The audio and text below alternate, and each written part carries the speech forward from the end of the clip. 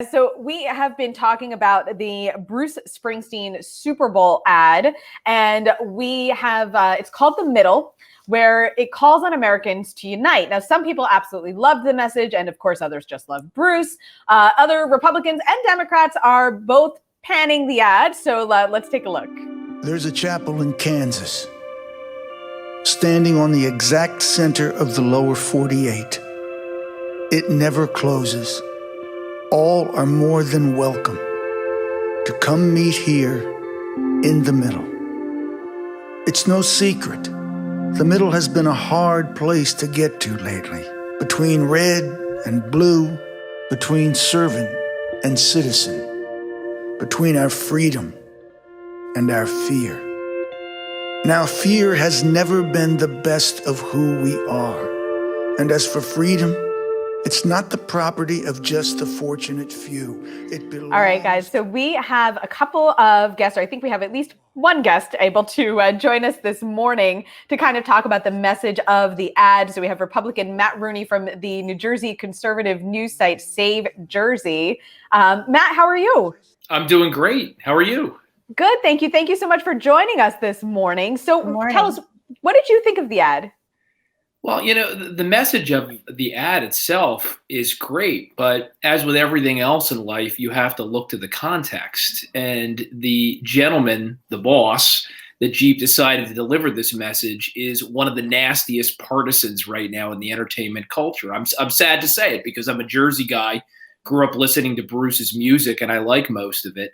But he has, in just the past several months, joked about leaving the country if his candidate, Joe Biden, lost the presidential election. He called for an exorcism in Washington, D.C. He's inferred before that most Republicans are living in a different time, suggesting that the party's racist or homophobic. That's not the kind of person that you should pick to then turn around after the election's over and urge everybody to come together by buying a Jeep. It just reeks of insincerity. And I think that's why a lot of people on the right don't like it. I think it's very telling that a lot of folks on the left are complaining, and they've actually been some of the most vocal critics because of exactly what I just said. They believe that pretty much everybody that doesn't agree with them is a homophobic racist. So the whole idea of Bruce Springsteen trying to get them to lock arms with anyone on the right, they find abhorrent. Matt, do you think that kind of speaks maybe more to the larger issue? Because I know that I've heard a number of people say that they kind of feel the same way about President Biden's message of trying to unite the country when they feel that that's maybe a challenge that we might be beyond repairing. I don't think we're behind repairing our national fabric, which is admittedly a little bit torn. It's been torn at various points. Back in the 19th century, it was torn much worse than it was today. But here's the key, I think. We need to understand that if we're going to reach the middle, we don't get to the middle by degrading our opponents and invalidating or canceling them as human beings. And unfortunately, I know we're raised to think that who started it doesn't matter, but the cancel culture and radical political correctness and this change in our culture, which has poisoned our ability to have a discussion, started on the left. So if Bruce and people that think like him about politics and about the world really do want to bring us together, it's got to start by saying, hey, Republicans, I don't agree with everything that you stand for. And I know it goes both ways, but I don't think you're all vile racists just because you feel differently than I do about entitlement reform or school choice or any number of issues that we should be talking about right now. You can't just lob the kind of poisonous rhetoric all throughout the campaign season and even in the off season, and then again turn around on the Super Bowl and say, hey guys, why don't we just, buy some more of my music on iTunes and buy a Jeep and just forget it ever happened? That's not going to solve it. Well, unfortunately, we wanted to have the Democratic side come into this conversation with John Wisniewski, but he's having technical issues, so we're just going to keep it here with you, Matt. Is there even a middle at this point?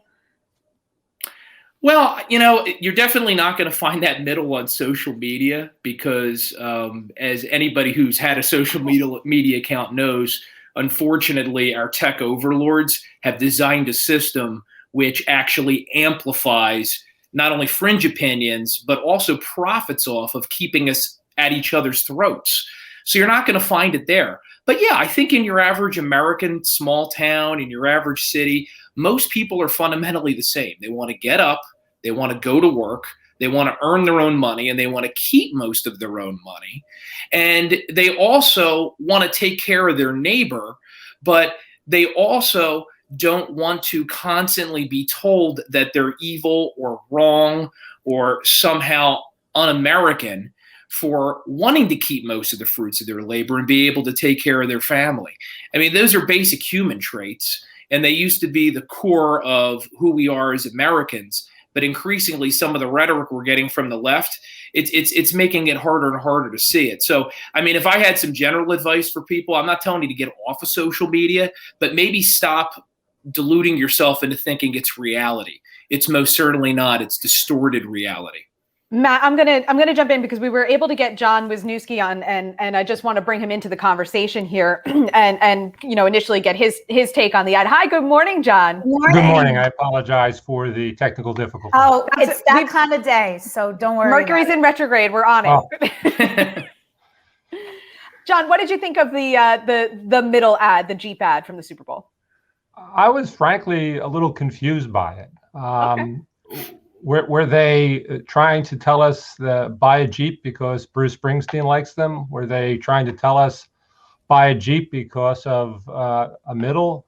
It was, I thought, a muddled message. Plus, I think everybody likes the concept of the middle, but very few of us have exactly the same definition of what the middle is. So it's a nice talking point. Everybody should come to the middle. But your middle and my middle are not the same middle. So ironically, I think we just hit the middle because I feel like the two of you kind of had a similar answer where it was, what is the middle and what is the message of this commercial?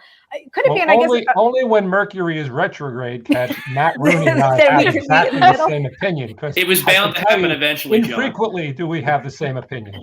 Well, you know what was confusing too? Never mind the political message or anything else. Bruce is from Freehold, right? What is a boy from Freehold, New Jersey doing in the middle of Kansas with a cowboy hat and leading us to believe he's some sort of cowboy? That made no sense. Well, it's all that message, I'm sure, was reviewed by lots of people who get paid a lot of money, who massage message points, and the cowboy hat and the location and all of that was, I'm sure, very well thought out and planned. But again, it's a nice message. It's a heartwarming message. We all need to come to the middle. But again, what is the middle? Do we believe the middle is that more people should be eligible to vote and we should make it easier? Does it mean that we need to provide more help for people who are struggling and can't make ends meet during the pandemic? These are things where we currently don't have a middle. Wow. It's very, very sad. Kara, did you have something? I didn't. I was trying to take in what John was saying and go to the next to the next point here. So you guys, and I'm still kind of finding it I don't want to say funny, but just that you guys seem to really did have a similar response to the ad, and that it is a little bit confusing. Is it possible? I mean, a brand like Jeep, to me, when I saw that, I kind of felt like they're taking this opportunity to just kind of express their viewpoint as a brand, if you will, and not necessarily to sell their product or to, more that they were kind of taking that to make a stand and say, okay, at this point, we'd like to see the country come together. Did anybody else kind of gather something along those lines, or? Well, I mean, would we all be talking about Jeeps right now if they hadn't put something out there that was controversial? There's value in that, right? They have us all talking. That certainly wasn't what I was planning on talking about on February 12th, right? But here we are. So to that extent, I think it was undeniably a success. But if their goal was to bring us together again, I think that you reach the middle by guys like myself and John being able to be in a room, disagree honestly, disagree passionately, but at the end of the day, he doesn't call me a racist lunatic, and I don't call him an evil communist, and we go home. That's how it's supposed to work. That's how Ronald Reagan and Tip O'Neill ran the country in the 1980s. It's possible, but we have to stop this cancel culture nonsense. Had Jeep done an anti-cancel culture ad and had Bruce up there with a conservative celebrity making that point, I think we'd all be clapping, or at least most of us would be. I don't know that it's strictly a cancel culture issue. I do think, going back to something that I overheard as I was in the waiting room to get into the show, Matt talking about, is that social media has made us collectively as a society, made lots of people essentially what they call snipers, right? They can shoot from a distance and no one can see them and no one can really get back at them. And so they hurl invective on any particular issue. Other people see that invective and they pile on. And that's become discourse now, as opposed to, as Matt's talking, as nostalgically we talk about Ronald Reagan and Tip O'Neill. Imagine that. But the fact is that there is not a level of discourse, and there's a lot of reasons. Social media is one of them, but also our lives have become immensely complicated. As a young man growing up in Sayreville politics, people got involved in a social space. They got involved in the local community. There was a place where people talked.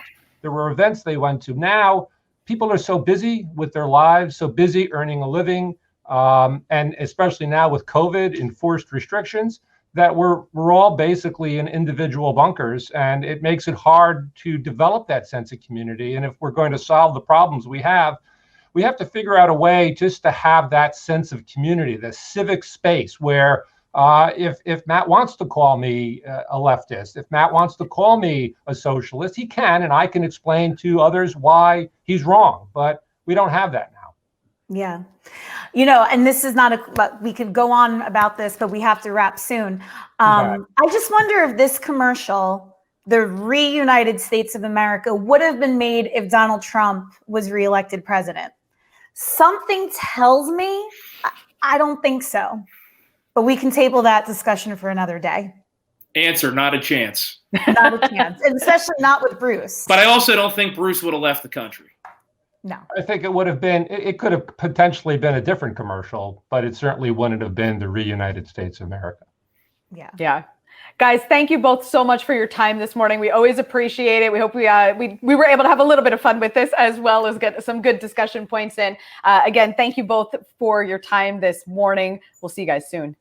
Thank you. Thanks for having me. Lots to talk about, Kara, with that. I mean, Jeep got what they wanted, though, right? I mean, they wanted buzz and water cooler talk, and love it or hate it, Jeep is on the tip of everyone's tongue. So it's true. It's true. And it is one of the most, for me, it was one of the more memorable and emotion invoking commercials from the Super Bowl. So, well, especially since the Super Bowl itself was kind of well, the Super Bowl itself, yeah. I wanted to look at Tom Brady and go, you're going to win this game. Can't you at least make it good for everybody to watch and give them a chance? Well, nobody predicted. As we know, we've had a lot of sports people on the past couple weeks. No one predicted that outcome.